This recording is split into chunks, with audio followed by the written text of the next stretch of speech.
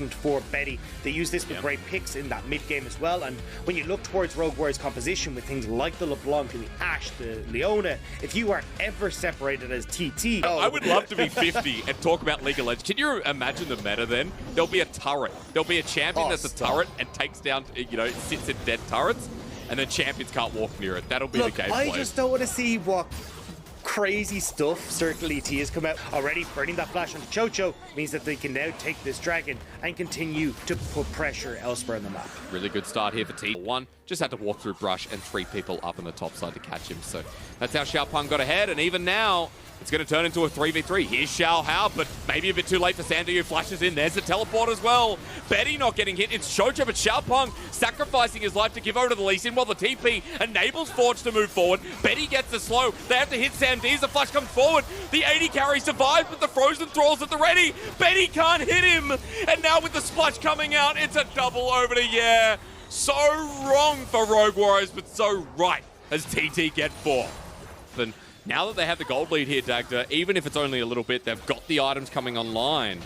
But Xiao Hao's not going to leave that down. Ping's coming through. TT already have the Herald, but Rogue Warriors want to fight after the fact. Pudding has a hook. It's onto Forge. Better damage comes through as there's a Glacial Prison as well. The path included. ZDZ comes in, waiting to Haymaker. Big damage to Facebreaker as well. And with Betty up, RW stand a chance until Lungxing snips him to death. And Yeah is just huge. The Lissandra carrying the fights, and Rogue Warriors really missing out. Has the TP, but let him take a couple of plates. It's the second dragon. It's not the end of the world. Sure. And it means that you're actually able to get some gold back in your favor. And you can see that's exactly what Rogue Warriors decide to do. Instead, gets... How we speak, because Rogue Warriors, they're here first, but teleport on the back end. Dredgeline doesn't connect. I'm sensing a fight as Xiaopeng goes in, instant flash away from Betty. He's caught out without the Enchanted Crystal Arrow. Now Lungxing on the angle as Forge is playing on it as well. Into the front though, look at ZDZ. Haymaker flash, Pudding about to go down, but the Frozen Thralls are starting to come out as Xiaopeng on the back end is down too. Rogue Warriors kiting it out. And the needlework not hitting the mark. Betty running forward as Forge doing the same. A little pop goes the Weasel onto Sammy D. Herald's picked up, and somehow it's an even trade with a bonus purple thing over to RW. Yeah, Rogue Warriors just got to have their way in that fight. The entire time you've got a very spread out TT battling across the map. Chocho buying a lot of time, and means Rogue Warriors right on top, charging towards mid lane as well, means that they should be able to get this mid lane turn for themselves off the back of that play. Yeah, putting no ult, Enchanted Crystal Arrow down as well. Impressed that he managed to miss it, but here we go. Well, Solar Flare's there from Chocho too. Yeah, over the wall. It's Rogue Warriors trying to push in to get their first dragon of the game, but TT don't want to go quietly as the Facebreaker in. Fate's Call re-engage, yeah! With a big W! The Ring of Frost sets apart Rogue Warriors. ZDZ trying to bring it back in the backline. He does a good job, but the Haymaker is on cooldown. Xiao Hao's into the backline, but snip time. Betty doesn't want to go near the sewing class today. And TT have handily taken this one. It is another volley to slow them down. TT, it was Yeah again who definitely said nah. Get through this front line of TT. I mean, there was a problem here. It's a good little ultimate use. Betty with the sidestep as well. I respect that, especially if they can get Yeah, as he's Sonic waved in the Frozen Tomb on himself, but he's dead. Xiaopeng has left him for dead, and Xiao Hao's Lee Sin to the rescue again, Dagda. Oof. Once more, we've talked about this guy so much this game, Dagda. And I'm waiting to see his Lissandra at work again. The Glacial Path, what you have to look for is Pudding's in. Yeah, into the backline, Lungxing flanking too. Look at the split targeting though. ZDZ taking on the rest of the team, while Rogue Warriors are just trying to kill Lungxing. But he has the Sonya's Hourglass, and he still survives. Xiaopeng into the backline, and RW, you have lost everything. TT, take the soul, take the fight, take the kills, and take your honor in game 1. And they turn their attention to Baron. And Dagda, I did a speech. It took about 4 minutes at the opening segment. It was all about RW. And apparently TT weren't... What have you done? What have I done? What have you done? It does all start with success. Let's be quite real. It's about the bloodthirsty angle.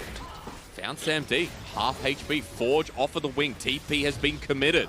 It's Longxing into the backline as Chocho slowed down. Xiaopeng doesn't want to audacious charges. Forge once again spotted out and flashed on though. The Frozen Tomb, an immediate response. And yeah, absolutely smurfing on the pick as Longxing gets the slow with the needlework. The Solar Flare locks them in place. Xiaohao kicks them all up 3 at a time. But at this point, they're scattered. Rogue Warriors have no chance in this game. As ZDZ versus Longxing. It's a Gwen, my man. Lock her into the ground, but the rest of the team are here. The Flash Haymaker blocked by a nice Sonya's Hourglass. And TT have done it all. And there's nothing Rogue Warriors can do. Longxing in the 1v3 is nearly killing 2 members by himself. As the rest of TT deal with Xiaohao, TT will take game number 1 against Rogue Warriors. Game 1's a big game here. They keep themselves alive, they keep themselves safe in the series, and give themselves such an advantage to shut up Rogue Warriors fans. Dagda, it does start with success, but success for TT. Problems that you have with Mundo in a lot of situations trying to lane against them is he's able to cleaver you if he wants to stand away from the lane. If you actually end up in the middle of your creeps, he's going to just eat them, shove them. As TT bring us back to the rift. Look at this, Xiaohao going on in. Forge off to the wing as well, but maybe just wants the distortion instead. It's a change. Sonic Wave going to be taken. We got our level 1, and this time it's RW who take it first. As the wave's pushing against him. And Dagda, just quick note on jungle pathing as well, because Xiaohao's coming bot. I want to point out that Pudding not in trouble anymore. Now he's just dead. They catch out the Nautilus who's under-leveled. And TT lose another. Because Xiaohao has had a better start to the game after the first blood. Now with the assistant bottom, he's in a better position. But Xiaopeng wants to make a response up in the top side. The flash immediately burnt. Doesn't get the knock up on Xiaopeng. The damage way too much. The dunk beautiful. Xiaopeng flashes back in. Longxing survives. And the turret dive almost goes awry. But it's a kill nevertheless. Over to Mundo. Yes, they want to contest it though. They're moving forward. No ultimate here from Betty. Level 4 onto Pudding, onto the Dragon. The steal's just there. Thanks so much. The satchel charge separates them a little bit, and Rogue Warriors haven't found their first kill until Pudding knows that he's going to be the death. They're following up onto Xiaopeng. Xiaohao's our Sonic Wave, and it's a resonating strike as Forge wants the dive. The Dragon taken, but more and more being given over as Rogue Warriors send in the LeBlanc. Sandy kites away, though. The ultimate world ender from ZDZ as Forge almost bluffs it. He'll save the day, and Rogue Warriors will have the gold lead in this game. And T fast here. Don't forget, still has that satchel charge at 20% of the health, so you need to try and make this play happen for TT. As TP comes through, that is the Malzahar. ZDZ flashes away after the world ender. Just not respecting the summoner here from and the summoner advantage at that as well. Herald comes down. Now the turret in dire straits. I'm still happy for this for Rogue Warriors, right? They're still answering bot side, and you just got to be careful of the potential dive after the tower goes down, but the tower still remains standing, whereas you might actually get that play on bot side for Betty and Chocho to take it. Let's see at the very least here. It's about those bouncing bombs that come through as the dive imminent here. The Spectrum all being held onto. Forge walks into a Malzahar, and Xiaopeng gets an absolute free reset as the LeBlanc, the chain down, the depth charge. Xiaohao trying to bring it back as the Fate's Call saves away Pudding. And just precarious move here from Forge as Xiaohao wants the Sonic Wave once more. And Betty dies bot.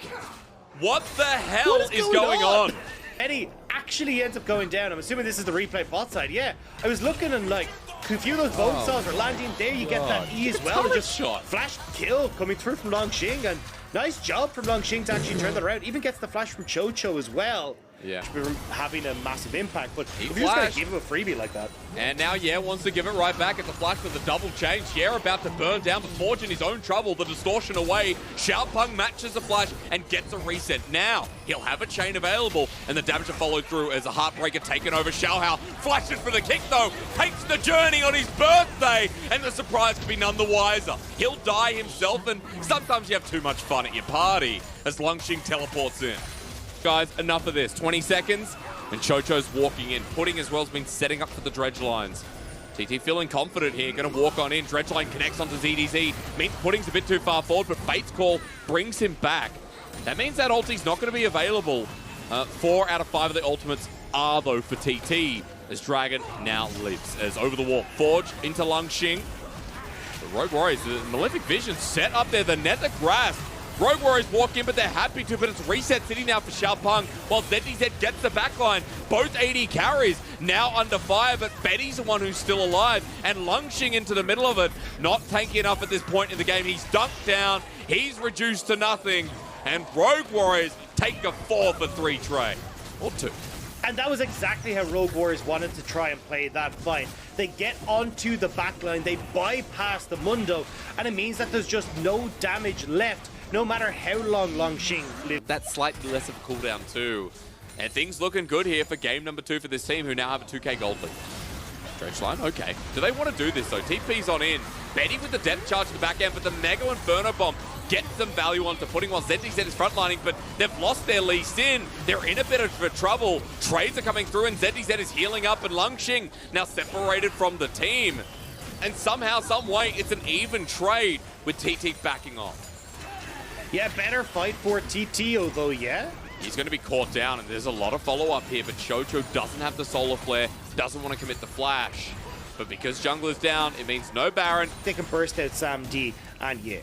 Good delay on the Dragon here. Resets, buying more time here for TT to start it up, continue putting on the massive flank, but Rogue Warriors going forward as the hero for TT picks it up, but Pudding is right on top of Betty. That long flank sets up for a potential win here as Xiaopeng starts heartbreaking. It's everyone in with the Fate's Call, and now for ZDZ, he has to carry the fight. He's trying to get onto Sam D, but he's hopping away. Rogue Warriors still healthy, relying on Forge and Xiao Hao now, but it's Ren City. Sammy D blasted down by Forge. What a messy fight here as Lungxing has to flash over the wall and Forge will go hit a lane somewhere. Half HP. And he got absolutely blasted as we're right back into the furnace here. Walking on in, Forge thinking LeBlanc can face check into anything. Show how lucky he doesn't get chained there, but that's the second time this game that Forge has just been up to no good. Just saw how well that last fight went for TT. Well, Forge giveth, Forge taketh away. At least within the last couple of days of Rogue Warriors series, as Mega Inferno Bomb's used, they're onto the engage. It's Chocho who's pulled forward the depth charge onto Betty, but look, TT getting flanked. ZDZ comes out of left wing with the TP, and now he's dunking kids. Sam D wants another big Ren, but Xiaopeng is already out of there, and ZDZ survives to tell the tale. Baron may not be a possibility, but Rogue Warriors, they're bloodthirsty, they're hungry, they're going to start it anyway. Phenomenal flank coming through from ZDZ. Manages to pick off 2 kills pretty much instantly. And now Rogue Warriors are the ones with position on the Baron. TT trying to shove in mid, trying to see if they can answer, but it's got to be a hero steal from Xiaopeng. Look how far away Forge is, though, in the HP bars of Rogue Warriors. It's concerning here as Yes starts poking down, dodges away from the Zenith Blade. Rogue Warriors have kept the Baron aggroed, but Xiao Hao in with the Sonic Wave. It resets for the time being. Forge is here, but TT have done their job. Baron will not be taken on this day. Keep your eyes on that Mega Inferno Bomb. I liked your analysis in the last replay, Dagda. You just said ZDZ, and that was all I heard. So that's perfect. Yeah. That was literally the fight, as ZDZ once again on top of Lungxing. He's separated from the team. Mundo goes where he's pleased for the time being, but maximum dosage has been used. And it's not going to heal up that much HP. He's putting dredge lines into the wall. Forge baits him in with a distortion over. But the Malefic Vision set up with a Nether Grasp. A good setup from, over the wall. Xiaopeng doing the same thing. This is messy though. ZDZ's in World Ender. He's got a Sterix Gauge. He's disengaged. And the range being played from so well as Xiao Hao flashes over. Rather safeguards, excuse me. Still has that summoner in inventory as Dragon will be started once again. Yeah, Betty doing so much work here. He's actually just going to start trying to poke over the wall here. God. Force TT back. Smite's here. This should never be a steal. You see it there. Xiao gets his Forge. He's doing it. Forge once in. Lungxing will survive, though, by the skin of his teeth. So Xiaopeng's up. Lungxing has reset, though. TT are here to fight. Okie dokie. Let's do this again and see if we go to a game 3. Lungxing going to be dropping away the passive but putting in from the flank. Chocho keeping 3 people at bay. Here goes Gold to survive the Mega Inferno Bomb. Everyone low from RW, but ZDZ once again. The Aatrox reigning true as Betty's been left on an island, but TT are getting absorbed by this Aatrox. Sam D about to be cleaved, but kiting back his speciality while Pudding survives to give a kill over. A reset here for Xiaopeng, the Heartbreaker, and the Showmaker here from TT's jungler. All you need is this TT jungler to pop off and you see success. And so much of that fight was because of Long Xing getting on towards Betty in the backline, taking out that big damage source that we talked about for Rogue Warriors. Betty, honestly low on mana, and missing that Mega Inferno Bomb netted so much for TT, and now they turn over towards the Baron themselves, and with Samdi and Shoutpunk both healthy, it's now the Miracle Steal time for Shout. All right, here we go again. We've got 40 kills. We could require some more Sonic Wave, but no, it's going to be taken with the Smite, so TT pick up Baron. See the flank from TT. They want to try and coax Betty out of this fight. It begins. Long Xing on the side. Look at his shoulders. This guy's hit the gym and maybe Pudding has as well. Step charge once again. Great, but Xiao Hao, in the back line. Look at Long Getting Xing. bursted down. Long Xing is having a great old time. Betty has to deal with him. Save me, he screams. As Forge now out of the fight himself, he returns back to the boys. And Jojo's there as well. Get absolutely obliterated as Rogue Warriors now going to lose their mid laner too, who gets flashed on. Heartbreaker out one side, Sandy the other. Long Xing has a business meeting to attend in the top lane. Long Xing just walked through everyone on Rogue Warriors, says, don't mind me, I just kills Betty. And nobody helped Betty for that entire fight. I don't know what I just watched. Just look at him, taking up the turret. Truly does go where he pleases. There's TT, Dagda, I'm going to say it, now they're going to world. They just beat Rogue Warriors and shut down the hype train.